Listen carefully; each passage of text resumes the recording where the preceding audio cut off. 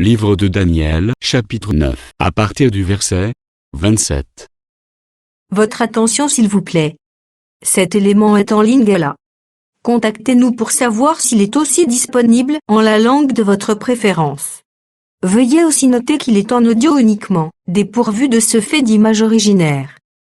À présent, nous vous convions à suivre, depuis christequality.com et evangileeternel.com, la rubrique Bible mot à mot, ou l'explication prophétique de toute la Bible, livre par livre, chapitre par chapitre, verset par verset, mot à mot.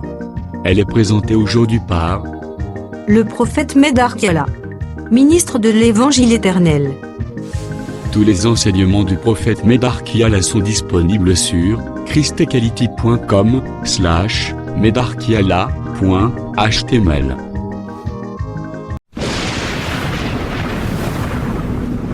Bonne édification au nom de notre commun Seigneur et Dieu Jésus-Christ.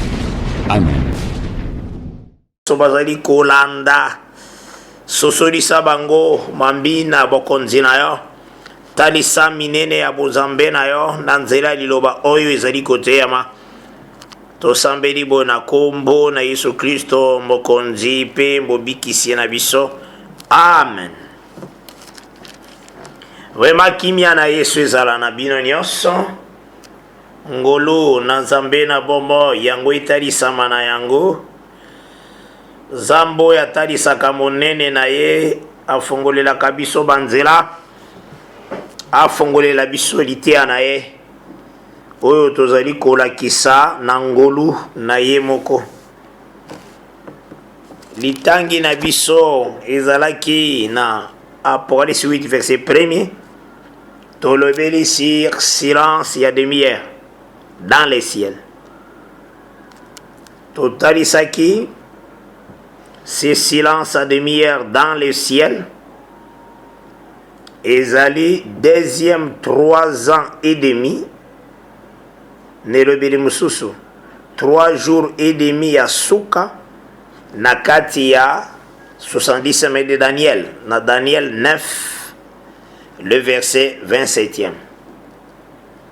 Totalisaki ke na tango wana, la bête a kozala na pouvoir ya 42 mois. Là, tozoki Apocalypse 13, na verset 15e, tozali kotanga yango, ndenge totangaki yango na mbalelekaki. Apocalypse 13, na verset 5e. Ikomezali kotalisa biso boye. Tozotanga na kombo na Yesu Kristo.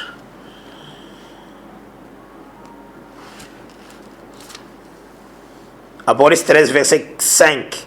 Et il lui fit donner une bouche qui proférait des paroles arrogantes et des blasphèmes, et lui fit donner le pouvoir d'agir pendant 42 mois. Donc yangonde total c'est qui 42 mois oyo eza 3 ans et demi. Donc ezali deuxième moitié. Il y a une semaine où ezali na Daniel 9 na verset 27e. C'est ça eloko totalisaki na ngolu na Nzambe tolobaki solo bongo. Totalisaki ke na temps wana pourquoi le ciel est en silence. Le ciel est en silence. Tolobaki pour le Seigneur akoagir te. Ako tungisa la bête te na tango ya 42 mois wana. La bête ako se proclamer vraiment Dieu de la terre. Yango nazoki ba terme ya silence dans la Bible. Nalobela kaka ba silence na lolenge ya ne pas secourir. Donc Zamba zo boya ko secourir. Natangaki na psaume 35. Na verset 22e, Je lis au nom de Jésus-Christ. 35, verset 22, psaume. Éternel, tu les vois. Ne reste pas en silence. Seigneur, ne t'éloigne pas de moi.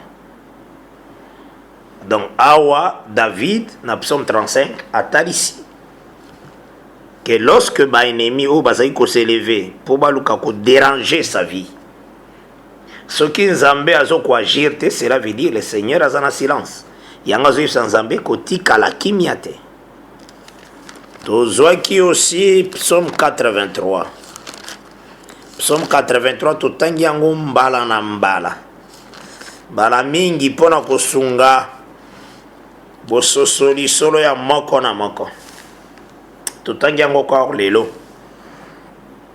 Oh Dieu, ne reste pas dans le silence. Wana tobani na verset 2e. Psaume Yassaf. Ne t'étais pas et ne te repose pas, ô Dieu. Car voici, tes ennemis s'agitent. Ceux qui te haïssent lèvent la tête. Au monito monaki na verset 2e. Azoye mbalobi, ô Dieu, kotika la kimiate. Ne reste pas dans le silence. Ne t'étais pas et ne te repose pas, ô Dieu, car voici tes ennemis s'agitent. Ceux qui te haïssent lèvent la tête. Ils forment contre ton peuple des projets pleins de risques et ils délibérèrent contre ceux que tu protèges. Venez, disent-ils, exterminons-les du milieu des nations et qu'on ne se souvienne plus du nom d'Israël.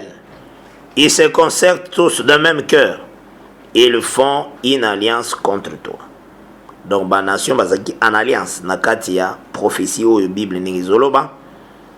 Izalaki pour balingaba exterminer Jérusalem. Bakoka ko attaquer Israël. Les temps des dons. Tout tangaka nombre na bango. Edom 1. Les Ismaélites 2. Moab 3. Et les Agaréniens 4. Gebal 5.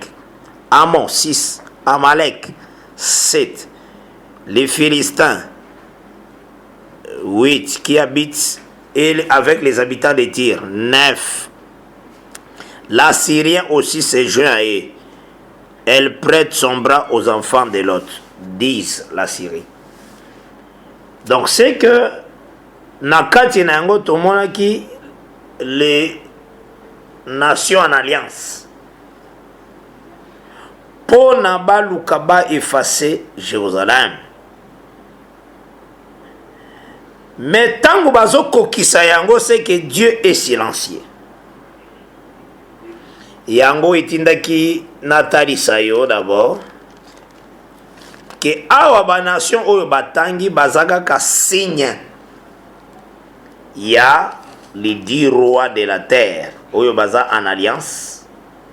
N'Apocalypse 17. Basali alliance avec la bête. Parce que bangonde baza comme les nations. Bao bako foulé Jérusalem au pied. Pona ni tozoro banengona parce que statia na Afghanistan eza na 10 orteils. Les 10 orteils etali saka 10 nations. Oba babengi comme 10 rois. Na Apocalypse 17 na verset 12e déjà, verset 13e, même au bandi na verset 11e, bazolo bela déjà bango ba 10 rois qui n'ont pas encore reçu des royaumes et bagozo royaume pendant seulement 1 heure avec la bête. Natali sagio 1 heure wana o eza na verset 12e, il y a Apocalypse 17 et tali sera 1 semaine. Il y a Daniel 9 verset 27. Cela veut dire Dieu parle d'une manière ou d'une autre. Et aussi Hébreu chapitre 1er et tali sibiso que le Seigneur a parlé de plusieurs reprises, de plusieurs manières. Akoki ko benga 1 semaine. Na Daniel 9 verset 27. Mais 1 semaine wana azo benga aussi 7 ans. Akaboli yango na bitape mibale na Apocalypse 11. 42 mois pour les nations fouleront Jérusalem au pied. Et puis 1260 jours pour le ministère, il y a des soins. ministère à des uns, ils ont un verset 3e, il y a Apocalypse 11. Il y a Apocalypse 2, des 11, verset 2e, bazoloba, les nations fouleront Jérusalem aux pieds pendant 42 mois. Nazotanga yango lisusu. Parce que ngai natanga kanazongelaka, natanga kanazongelaka. Tio kososolo ko comprendre. Surtout soko kei na ba mateya oya mbindo mingi ya ba brochure ya Branham ezana berere mingi. Azali kososolo te mai nini o bazolo bela na Apocalypse 10 o esengeli l'ange puissant ya konyata. Mai wana ce sont des nations. Toko comprendre ngonde lelo. Parce que lelo na ndenge nazolo bela o nazwina no rappel kozongela no makambo elekaki mais na kolobela mingi pona talisa bitumba ya Armageddon o ezali kotalisa ke makelele ezon ekozonga lisusu na likolo parce que makelele ekozala na likolo te pendant demi-heure etalisaka 3 ans et demi ya mibale na 70 semaines de Daniel, donc na Daniel 9 verset 27 où ils ont ça là que la bête à commettre les choses les plus abominables. Que Dieu bénisse. Donc, yango na zuna no texte yango. Il y a Apocalypse 11. Vous avez remarqué en Apocalypse 11 verset 2e. J'ai le nom de Jésus-Christ. Mais les parvis extérieurs du temple, laisse-les en dehors. Et ne les mesure pas. Car il a été donné aux nations et elles fouleront aux pieds la ville sainte pendant 40 mois. Aux hommes, que quand bazo foulé Jérusalem et que la nation na bazo sarape musala na bango 42 mois na kimia, cela veut dire l'Éternel est silencieux. C'est ça la Bible, l'écriture dans le psaume 35, verset 22e, et aussi psaume 83, déjà dans le verset 2e. L'ité zalagande likomi. L'écriture n'est témoignée. Ils ont été mutafandi. Alobi oh, Dieu est silencieux. Nikolo banzamba zunion so apesi na maboka Branham. Yende moteyo aye kote tout ça. Kombo Yesu marque de la bête. Parce que Branham a été mwana. Kombo Yesu marque de la bête. Alors na o tango na kata silence ya 7e so. Nzamba yena nouveau nom. A komi ko ikusa batu les 7 lettres de son nom. William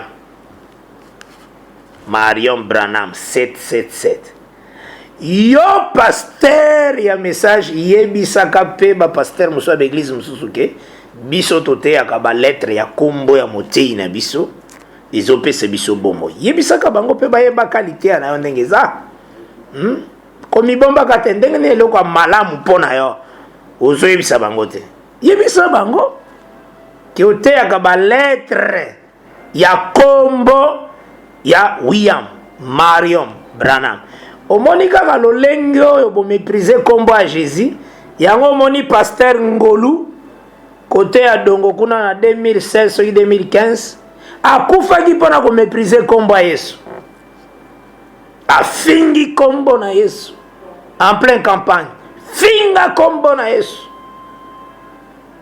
Yesu aventurier maloba na yona Yesu aza pamp nzambe nde William Mariam Branham ti aye kokoma na point culminant ya abomination na ye alors si Jésus-Christ est Dieu qu'il me tue à mon qui réaction combo à Jésus mbala moko abambani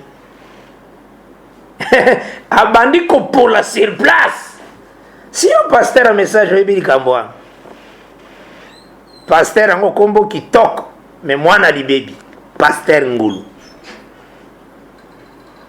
donc à mépriser le nom de Jésus-Christ et nous avons vu la réaction que le nom de Jésus-Christ est un nom puissant, très puissant. On va noter à Kabato na Beglesia, nouveau nom, 7 lettres. Oh, Bossoni. Silence ou à 7e, c'est-à-dire Dieu reste tranquille. ba nation baza na alliance baye kofule Jérusalem au pied. Ezosalema sikoyo te. Yango tango nazotanga verset 2e. Les nations baye kofule Jérusalem au pied. Maintenant Nzambe a présentaka pe ba nation na balolenge ebele. Nde na pesa kiyo Apocalypse 17 verset 15. Apocalypse 17 verset 15. Je l'ai au nom de Jésus-Christ. Et il me dit, les eaux que tu as vues, sur lesquelles la femme est assise, ce sont des peuples, des foules, des nations et des langues. Cela veut dire, ba nation. Zambatari sango lokola ba maipe. Ne natangeli écriture. Les eaux sont des nations. Maintenant na zongeli en Apocalypse 11. Balobi boy. Mais les parvis extérieurs du temple, laisse-les en dehors et ne les mesure pas, car il a été donné aux nations et elles fouleront aux pieds la ville sainte pendant 40 ans. Donc ba nation. Apocalypse 17, 15 et bien bango, ce sont les eaux. Donc, Elinkoloba, Bibale et Kozipa, Jérusalem, pendant 42 mois. Oh, que Dieu soit loué. Pour les autres, ça, pourquoi l'Apocalypse 10 l'ange a konyata mai. Kotika la kateke mai, fleuve Congo, mai. Hein? Mai. Mais il faut dire pourquoi n'y a-t-il pas. Et pourquoi n'y a-t-il pas la droite. Il y a gauche à tirer dans ma belle. C'est significatif. Toujours tambo la malem meye bake. Nation so puissante. Nzambe a kokanisa kankembo na ye na mai na bibale. Mais tango azo longa ye. Atiaka toujours langage ya azotarir les eaux. Nde nazope sur l'écriture. Na keina na lebela en Égypte. Nazui Esaïe 19 à partir à verset 1er. On a d'abord Égypte. Esaïe 19 verset 1er. Parce que Moutbazo a le Seigneur dans la nuée. Aïe na Apocalypse 10. Le Seigneur dans la nuée, donc, il y a les États-Unis. Oyo, bozoba makasi mingi. Esaïe 19 à partir du verset 1er. Ah, bah le bi, j'ai le nom de Jésus-Christ. Oracle sur l'Égypte. Voici l'Éternel est monté sur une nuée rapide. Il vient en Égypte. Nani azo en Égypte? L'Éternel lui-même. Azoya na nuée. Parce que vous comprenez d'abord, ils Nzamba tchaki déjà makambu déjà nyonso avant. Azoya na nuée, Azoya Égypte. Tango comme en Égypte, il kamuni ko Salema. Nazui d'abord verset 5. Les eaux de la mer tariront. Le fleuve deviendra sec et aride.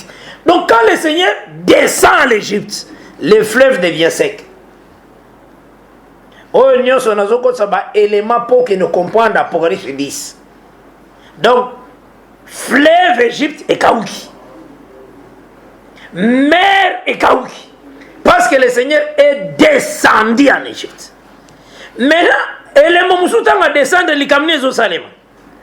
Azo renversé par l'idole l'Union Égypte. Ndekonanga yeba que Dieu ramène ce qui est passé. Il faut yeba que l'idolâtrie makasi à la bête et dans la deuxième moitié. Il y a une semaine étikali. Les gens adoreront la bête. Les gens vont élever la bête. Mais le Seigneur a descendre sur la terre. L'olenge akitaki à l'Égypte. C'est l'Éternel. On a pantalon, on a chemise éternelle. Il est descendu en Égypte. Mais au comment on en action. Mais il est descendu avec la nuée. Vous avez dit a descendu la nuée. Nuée wana. Et dit qu'on va pasteur. Oh, qu'on a l'air en Égypte va pasteur. Va pasteur en Basalaki.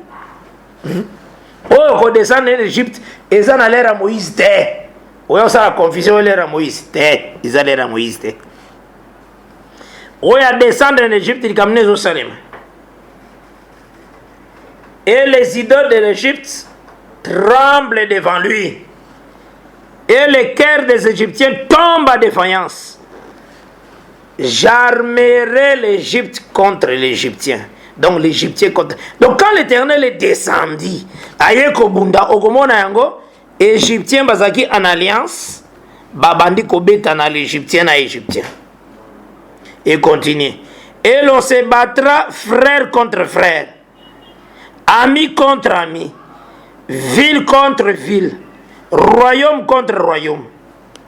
Ah là, l'Éternel est descendu en Égypte. Et à tarir l'eau du fleuve. Pourquoi nous tarir l'eau du fleuve? Parce que le fleuve est comme la puissance et la gloire. Et l'imba gloire. Aujourd'hui, nous sommes en Égypte. Après Égypte, pouvoir, monsieur Yakeza, Assyrie. Tala Assyrie aussi. Nation Esaïe d'abord 8. Le lingue Zamba se présenté Assyrie et Moko. Natangi yango. Nabana verset 7e. Isaïe 8 verset 7. Na 8. Voici le Seigneur va faire monter contre eux. Donc contre les Israélites, contre Jérusalem. Les puissantes et grandes eaux du fleuve. Voilà. Maintenant, la puissante et grande eau du fleuve. Le roi d'Assyrie et toute sa gloire. Il se lèvera partout au-dessus de son lit et il se répandra sur toutes ses rives. Il pénétrera dans Juda et débordera et inondera. Il atteindra jusqu'au cou. Le déploiement de tes ailes remplira l'étendue de ton pays, ô Emmanuel. Au moins, on va présenter puissante nation, tant que vous avez allié na ba pays mususu ba roi mususu ba soutenir ye pour abundisa Israël. Balobi azoya neti bibale minene. Akoya ko inonder terre à Israël. Voilà. C'est textuellement la police 11. Dieu ramène que ce qui est passé. Mais maintenant, les Kamoni ni Zamba Salaki. Zacharie 10, verset 11e. Zacharie 10, na verset 11e. Nazotanga yango na kombo na Yesu Christ. Zacharie 10e, na verset 11e. L'écriture est solo baboye. Awa le Seigneur a salolenge a copé sa victoire na Israël. Nde a solo baboye. Il passera la mer de détresse. Il frappera les flots de la mer. Wana bazo présenter Israël a frappé les flots de la mer. Mais c'est l'Éternel nde na katinaye. Et toutes les profondeurs du fleuve seront desséchées. L'orgueil de la Syrie sera abattu.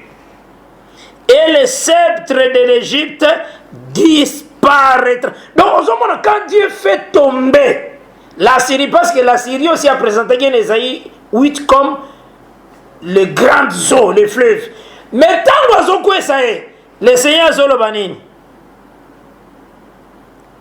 toutes les profondeurs du fleuve seront desséchées. C'est ça. Textuellement aussi Babylone. Babylone nous a présenté comme aussi le fleuve Euphrate. Parce que tant que sa gloire d'une nation, ils ont présenté Maïnaye. Il y a encore remarqué Napoli 16. Oh Makambwanzam. Merci Seigneur parce que c'est père à ta parole. Nous te disons vraiment merci. Makambwanzam bezaga na kati ya makoma mianzambe. Eza te ko banoko lo na lan te. Eza na ngana kati makambwanzambe. Lokola na police azolobela sur Babylone. Maintenant mayo le kaka na Babylone les a Euphrate. À comparaison Euphrate. Il y a un apocalypse. Il faut toujours en écriture où ils ont présenté l'Euphrate et ça tari. yango nazwi ya poli 16 l'écriture ezolo baboye parce qu'il faut vous comprendre makambo yango ya nzambe. Nazwi Apocalypse 16 verset 12e. Le 6e verset ça coupe sur les grands fleuves, l'Euphrate. Voilà. Et son nom tarit, afin que le chemin des rois venant de l'Orient fût préparé. Voilà. Donc dans l'obélisque sur tarissement d'abord. Bokauki abamai oezo présenté gloire, il y a une nation ezali si haut élevée. C'est ça la Bible. Donc c'est que il faut nous comprendre que tangu babikolo bayeko dominer Jérusalem n'Apocalypse 11 bikolo wana ba nation nyonso wana baza bango nyonso en alliance avec la bête ba nation nyonso wana bango nde police 17 verset 15 ebengi les eaux que tu as vu mai ba mai omoni. Donc c'est que tangu ba nation ba yeli kola Jérusalem elingo loba Jérusalem est inondée. Ba nation baye ko dominer. Maintenant Zamba za na programme. Lokola lobaki ke demi-heure kaka ya silence. Demi-heure wana silence.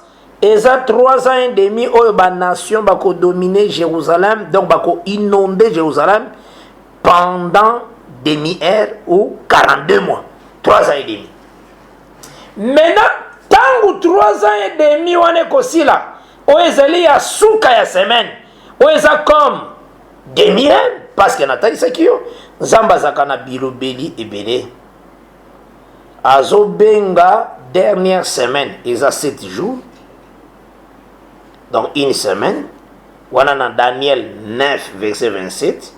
Mais une semaine, on a dit que c'est une semaine, il y a une solide alliance.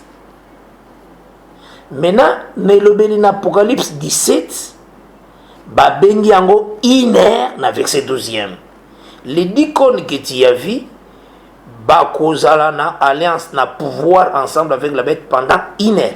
Dans Daniel 9, verset 27, une semaine. Na Apocalypse 17 verset 12 balobi une heure. C'est que na Daniel 9 27 ce qui balobi moitié semaine na ngambo afo loba demi-heure. Ozoma demi-heure eza moitié semaine. Donc le temps où Nzamba zo pesa la bête pouvoir agir pleinement na mabele eza 42 mois. Na uteki utangela bino yango N'Apocalypse 13 verset 5e. Natanya ngoli susu. Ezaka natina totanga ka mbala ebele. Mbala nzike na ngolo nzambe. D'abord natalisaki bino boye. Omoni verset 3e. Il y a Apocalypse 13. Et je vis l'une de ses têtes comme blessée à mort, mais sa blessure mortelle fut guérie. Point. Maintenant, Babandi. Et toute la terre était dans l'admiration derrière la bête. Et ils adorèrent les dragons. Parce qu'on a combien avec c'est 4e, il y a police 13. Parce qu'il avait donné l'autorité à la bête, ils adorèrent la bête en disant qui est semblable à la bête. Maloba oye koloba matangu bête akoboma les besoins. Parce que badezo ba troubler mabele makasi. Verset ni nezo ndima ke badezo ba troubler ki mabele. Ba frappa ki mabele. Eza verset 10e. Tangu badezo ba kufi, Bible le dit, mabele mobimbeza ki ne sengo na tangi yango encore. Et à cause de verset 10e, il y a Apocalypse 11. Et à cause de les habitants de la terre se réjouiront et seront dans l'allégresse, et ils s'enverront des présents les uns aux autres, parce que ces deux prophètes ont tourmenté les habitants de la terre. Voilà. Écriture des prophètes, que le ministère a des hommes et qu'on frappe la terre. Vous savez, frappe va qu'on frappe la terre, et ça 4 anges au bazan Apocalypse 8. La sienne a l'obéla qui on a zongelango sous mingi kolik. et surtout aussi pour pasteur ya message oyo ateyaki bulungana bulungana ntango atali Apocalypse 8 atali boye moto ekiti na mabele moto ekiti na bamai mbala moko atei réchauffement climatique oyo esalemi etumbaki bazamba na Canada etumbi bazamba na France na Italie plutôt et dernièrement etumbaki bazamba na New Zealand bamoto ezako pene mingi na buzu na moi ezaki makasi alors yakanisi ke ezali batrompete ya Apocalypse 8 oh pasteur yango libota yango mpo ozokamba ngo ndenge nini ya tabernacle na bino ya message na Mateya lokuta natalisaki yo na Apocalypse 8 aux Hébreux 9 balobi Christ a traversé le tabernacle où est la création était. Il est allé dans ce tabernacle avec son propre sang. Il n'y a que le sang de Jésus-Christ dans ce tabernacle-là. Sur le trône, où il est présenté sur la terre comme arche. Maintenant, Apocalypse 8, bazotalisa sanctuaire yango ya ciel. Sanctuaire wana ciel, balange ba se préparer pour babeta. Natangela kibino, écriture, verset 7e, Apocalypse 8. Le premier sonna de la trompette, et il y de la grêle, et du feu mêlé du sang, qui furent jetés sur la terre. Ange oyo aza na sanctuaire céleste. On a sanctuaire céleste makila eza kuna ka eza ya Jésus. Mena makila ezo uta mena kuna ezo kita na mabele. Mais ezo comme sang mêlé du feu. Donc ezo comme sang pour le jugement de la terre. Oyo eza lelo te pasteur to ebisaki yo bongisa na tabernacle pesenga pardon na libota ya Gemena. Pokosi bango mingi. Alors, tu continues par la grâce de Dieu, kokene kotali sacré, après demi-heure ya silence. Ba détail nyo c'est ça na demi-heure wana silence, to kendaka nango malembe. Lolenge beta coordonné que mutu avant somba. Azala na marque de la bête. Moto avant teka. Nyon se kosalema na deuxième moitié. Na l'air ako dominer pe ako zala oba ko adorer sur la terre. Mais il faut savoir ki kozala na batu mususu oyo bakotikala. Lokola écriture et lobby na Apocalypse 12 et Sibiso il y aura reste de la postérité de la femme oyo serpent kolanda po à faire souffrir reste la postérité de la femme na Apocalypse 12 na talisakio izaba vainqueur oyo nzamba tangi bango na Apocalypse 2 na Apocalypse 3 na l'église à celui qui vaincra ba vainqueur nyonso na basala ka fils wa na Apocalypse 12 azokene na trône. Donc ezaka ka église. Mais verset 16, 17 surtout, ils ont confirmé que les dragons, lokola kokaki la femme te, accueilli ko attaquer reste la postérité de la femme. Et aussi azo attaqué la femme et reste. Quand on dit reste de la postérité de la femme, c'est ça la loi au babengaka prémisse. Nabilanga, soki bazui prémisse, ndambwelanga et tikalaka. Or l'église qui est enlèvement, ils ont comme prémisse. Babengiango ensemble à premier né Apocalypse 12. Et vous avez toujours un reste. Ou ekotikala. Reste wana eza na bateau baebi enseignement. Bateau bako telemela la bête bako ndimaliwa. Bako boya ko adorer la bête. Wana nazoro d'abord na ngambo ya ba nation. Preuve écriture ezapi Apocalypse 20. Parce que biso toninga ande likomi. Toninga komitia makambo na biso moko te biso zani tozana eloko te. makambo nzambe nde eza solo. Totangi verset 4 tangu millénium elingo banda. Je lis au nom de Jésus-Christ, Apocalypse 20. Et je vis des trônes, et à ceux qui s'y assirent, fit donner le pouvoir de juger. Et je vis les âmes de ceux qui avaient été décapités à cause du témoignage de Jésus et à cause de la parole de Dieu, et de ceux qui n'avaient pas adoré la bête, ni son image, et qui n'avaient pas reçu la marque sur leur front et sur leurs mains. Ils revinrent à la vie et ils régnèrent avec Christ pendant 1000 ans. Batoyo, bangone bazan Apocalypse 15. Totangi à partir à verset 1er. Makambo nzambe nyonso ezalaka nango na Bible eza te ke onga nazalaki na ngomba moko boye nafandi mbala moko makambo ye eza na Bible te. Lukuta makambo nyonso ezalaka na écriture. Dieu a mis tout par écrit. Oui, la biso makamba pamba pamba ozote ya bato kombo na yo 7 lettres. Ça c'est l'abomination. Na Ecclesia ozote ya 7 lettres ya un américain. Hein? Oh, botombo kinini liboso ya Yesu Kristo. Apocalypse 15 à partir du verset 1er. Puis je vis dans le ciel un autre signe, grand et admirable. Et 7 anges qui tenaient les 7 fléaux, les derniers, car par eux s'accomplit la colère de Dieu. Oh, que Dieu soit loué. Et je vis comme une mer de verre mêlée de feu. Et ceux qui avaient vaincu la bête, voilà. Oh, les abyssotaires. Oh, l'église, il y a qui.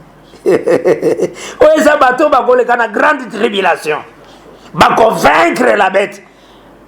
Bateyo yo bozote ya oh babuto moko bimi eza 666. Botika ko distraire bana ya Nzambe balata bilamba avec pureté seulement. Au contrôle ka bouton eza na ba 66.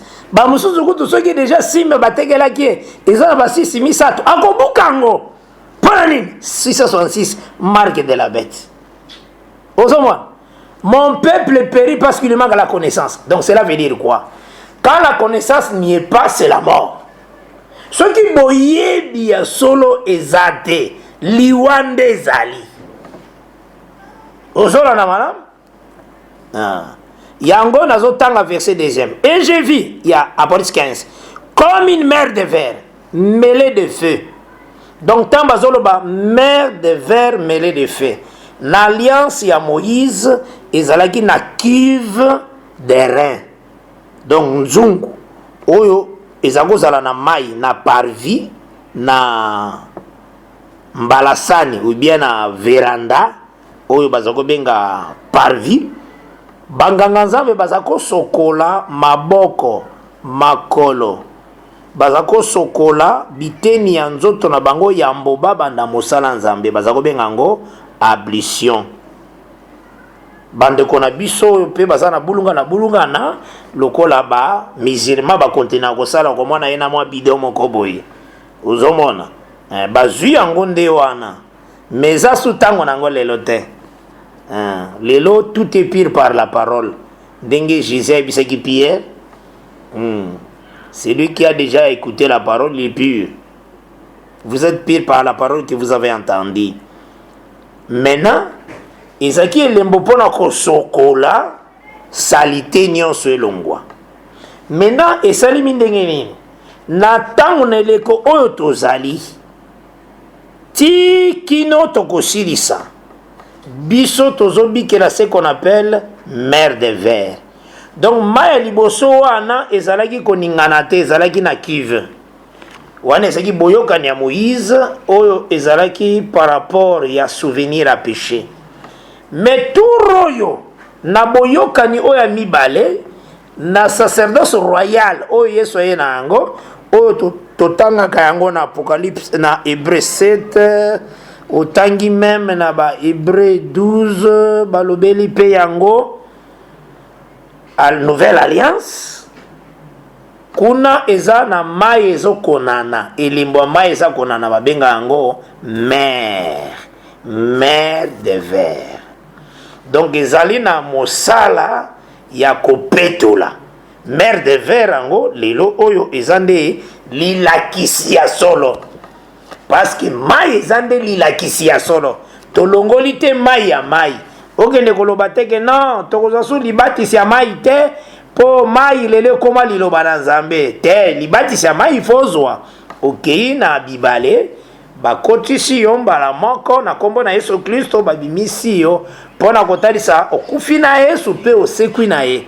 Me yeba ke mai eza nde liloba ya solo yango nde bonzambe oyo nzambe apesi. Mena eza na basusu oyo bakozala reste ya postérité de la femme baoyo bakorate linetwa. Soki barate linetwa il faut nzambe abongisa mpe kosokola bango lisusu. Mena bosokoli na bango il faut mai wana ezala na moto, mer de feu. Ozolanda malamu na moto mpona kotalisa nzambe azolongola salite nyonso oyo etikalaki na bomoi na bango bakoleka na grande tribulation. Awa bazotalisa nsima na bango babomi bango deja mpo elaka epesamaki deja na Apocalypse 13 verset 7e elobi boye. Apocalypse 13 verset 7 na makambo nzambe ezalaka na elobeli oyo babengaka na bato qui perd gagne. Omoni neti ke obomi moto mpo na Yesu Kristo, omoni neti a perdre maganie alongi. Yango totala na verset 7e Apocalypse 13. Je lis au nom de Jésus-Christ. Et il lui fit donner le pouvoir, Nazar Apocalypse 13 verset 7. Il lui fit donner de faire la guerre aux saints et de les vaincre à Kolonga Basantu. Voilà. Ok, malamu mingi nazo ken déjà pona kene koshite. Par la grâce de Dieu, déjà tu atteindre 45 minutes. Na ngolo nzambe. Totikali ka na 5 minutes na biso. Nde tozotalisa likomi oyo déjà pona to banda mena kotalisa bino nini tolobeli. Il lui fit donner autorité sur toutes les tribus, tout peuple, toute langue et toute nation.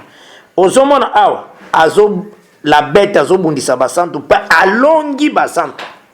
Kolonga wane lingolo ba abomi basanto na nzoto. Elingo ba teke alongi milimo na bango.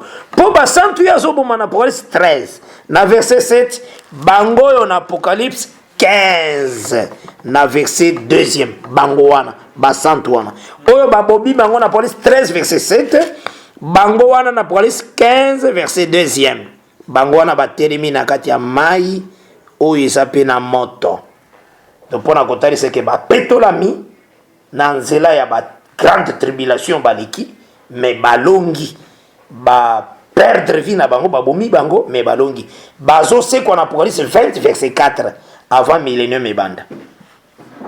Oui, totalisaki surtout na kati neteli na biso pona kondimisa ke demi-heure oyo eza na 7e saut ezali tango yo nzambe akofanda kimia akotika banation babikolo baya kofule Jérusalem au pied. Totalisi bino pe ke banation bakokanisaka bango na bibale minene na Apocalypse 17 verset 15. Lokola bakoya kofule Jérusalem au pied, donc kozala mai etondi likolo ya Jérusalem.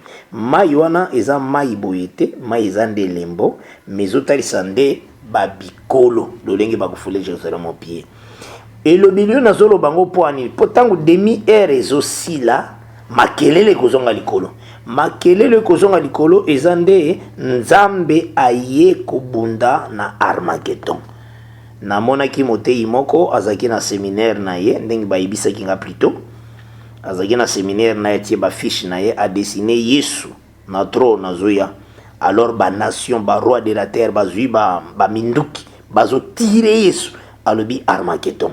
Ozo ndon boto likanisi neza wana. Yango totali c'est que Dieu ramène que ce qui est passé. Nde tozura kibino Esaïe 19. Kuna batali sike nzamba za na kati ya lipata. Likola lipata na ye akiti na Egypte. Mais ezomonisama akiti na Egypte pona kokausa mai ya Egypte. Donc kolonga gloire ya Egypte. Akomisi Egypte pamba. Mais okoyeba ngo ndenge nini totalaki na Esaïe 19 bikolo na bikolo bakobunda babitumbe kozala makasi yango pende na talisaka bino Zacharie 14 à partir à verset 10e tina verset 12e bazolobela lolenge oyoyo komba ya Armageddon ekozala à Zacharie 14 verset 10 à 12. Totalisaki yango parce que eza na tango wana nde makelele na likolo ekozonga. Donc nzambe aye kobundisa babikolo. Alors wana totalisika ka Armageddon. Oui tozalaki na kati émission na biso le temps de l'éclaircissement pe tokomi na suka. Topesi ba numéro na biso ba contact na biso 081 168 11 59. Tolobaka tango nyonso ke kima lisumu bo santo etonda na kati na yo et kobo boya bomo nyonso salite longwa na kati parce que Christ revient bientôt. To pesi aussi numéro na biso donc site na biso ezali medarkiala.com ou bien komi evangileeternel.com bar medarkiala.html wano koti na téléphone na yo okomona mateya na nyonso même okomi christ.equality.com bar medarkiala.html kimi ankoleza na moko tokutani toujours na radio na biso rali 17h lobby par la grâce de Dieu. Kimi anzambe zala na bino nyonso bisika bozali na bandako na bino na mabota na bino bao bakolanda biso na ba réseaux sociaux zamba pambola bino nyonso bozala na kimia bomo ya bosanto etonda na bomo ina bino tokutani na ngolo na nzambe lobby na même heure na biso 17h juste toujours na radio na biso. Que Dieu vous bénisse.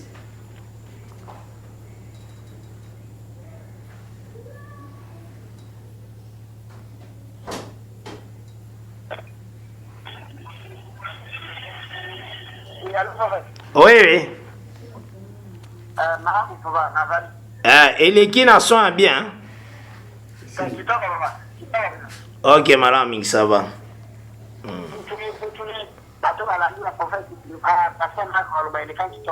Ok, ça va, merci. Bozana Kimia. Seigneur, merci parce que tu nous as assisté dans ce travail. Que la gloire te revienne en tout. Que la paix du Seigneur, au Dieu, règne à jamais. Au nom de Jésus-Christ. Amen. Zambe, vraiment, comme manaye, parce que ça qui tout ça l'émission.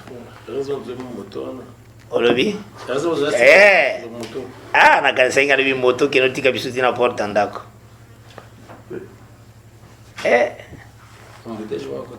Mama, fona mata mena fona le anan. Sona le na sokoli.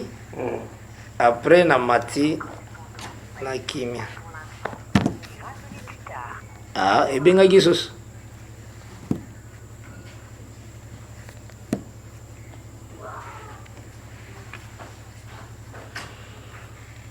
Ah, Frère Félix. Frère Félix. Azana téléphone. Mulunge moko. Merci d'avoir suivi ce message et que Jésus-Christ vous bénisse.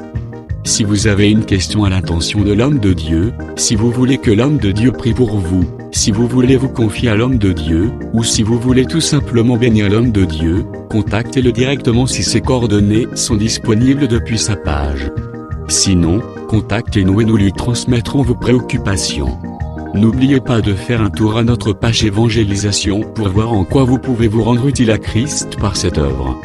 Que Dieu vous bénisse tous. Amen. ChristQuality.com. Les cieux en un clic de la souris. évangileéternel.com, le site de l'Évangile éternel. Christ Equality Fondation, équilibrer la manne ramassée dans le désert de sorte que chacun ait un numéro.